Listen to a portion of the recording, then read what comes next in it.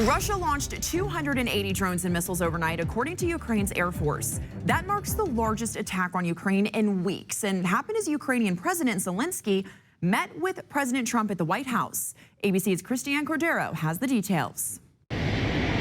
On the heels of two high-profile summits in Alaska with Vladimir Putin and at the White House with a Western display of diplomacy, today President Trump is pushing for a meeting that would bring both Russia and Ukraine to the table. The president this morning on Fox News. I hope President Putin is going to be good, and if he's not, it's going to be a rough situation. And I hope that President Zelenskyy will do what he has to do.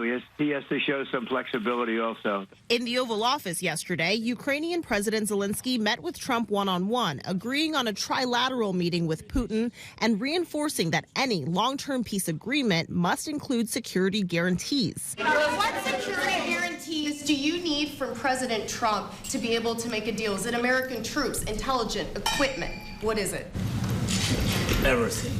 It depends on the big countries, on the United States, on a lot of our friends. The meetings ended with lingering questions about what role the U.S. and other countries would play to help protect Ukraine. Putin has long opposed Ukraine receiving NATO protections, and last night the Kremlin categorized the possibility of NATO troops in Ukraine as, quote, unacceptable. Also at issue, whether the U.S. and Europe stick to their threat that Putin must agree to a ceasefire or to shift focus to a full peace deal, which after meeting with Putin, Trump now seems to believe is the way forward.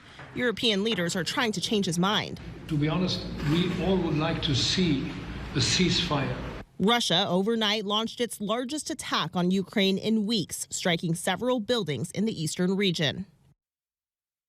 Trump called Putin after yesterday's summit and then said he has started arrangements for a trilateral meeting. Russia hasn't explicitly confirmed if Putin has agreed to such a meeting with Zelenskyy. Christiane Cordero, ABC News, Washington.